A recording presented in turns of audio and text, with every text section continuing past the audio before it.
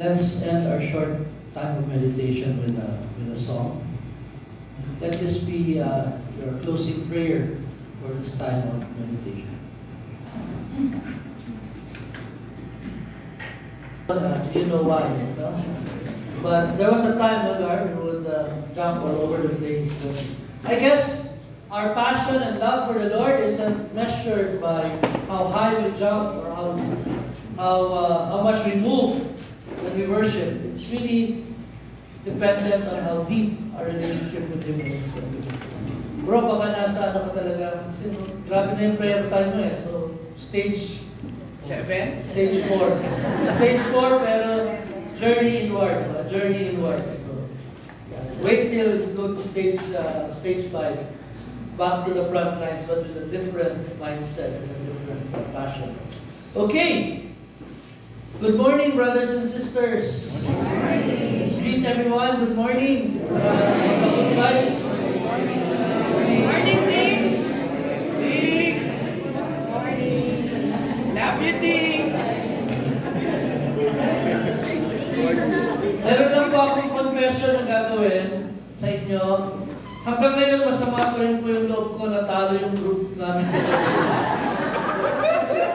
Kung tinanong kasi yung waistline, walang gustong maglakad eh. Sabi ko naman tanong yan. Diba? Kaya tagal namin, wala talagang gusto magbawa eh. No? Pero it's okay. No? Masaya naman. Nag-enjoy ba kayo gabi? Yes! That's part of our way of life. No?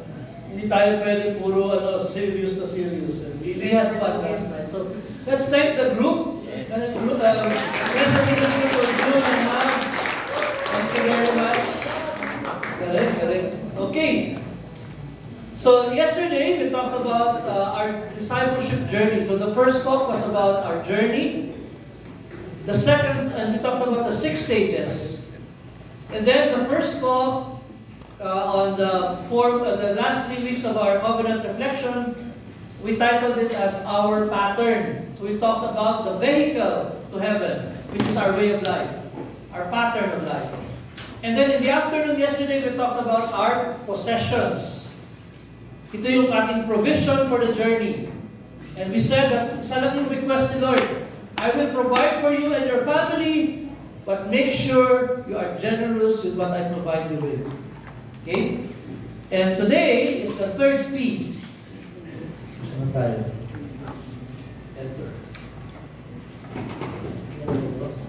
Naka-off pala ng office. Our peace. Everybody say our peace. And I subtitled it with the navigator. In every journey, we need a navigator. Alam niyo, one of the most common analogies about giving your life to God, especially for those among you who have been giving talks in the CLS or CLP or BCLP or LSS or Choices or Bless. One of the best analogies that we use when we offer our life to God is we give the driver's seat to God, right? We give the wheel of our life to God. In a way, it's a good analogy, but it's not very accurate now, brothers and sisters. You know why? Because when you give the wheel to God, it's as if you're saying, Lord, ikaw na yung driver, wala na akong gagawin. But in reality, God never takes the wheel from us. We still drive. We still drive. God says, you drive. I gave you the mental faculty, I gave you the formation, I gave you the faith, you drive. But the Lord is your navigator. He will tell you where to go, but it's still up to you if you will go that way or you won't. And that's a challenge, brothers and sisters. Kasi ba, mas madali na lang sana na sabihin na lang ni Lord, tapos siya yung maghawak sa wheel, siya yung magta-turn right, siya yung magta-turn left for you. Siya yung magsasabi na, okay, ikaw you are already a Ligaya member. O ba naman 20 years ka ng covenanted member, ngayon ka pa magdududa. Di ba? Ikaw nga, tagal-tagal mong dinalak sa Choices, ngayon nandiyan ka na sa Choices, mag-decide ka pa na umalis. How we wish sometimes that God can just take the wheel from us.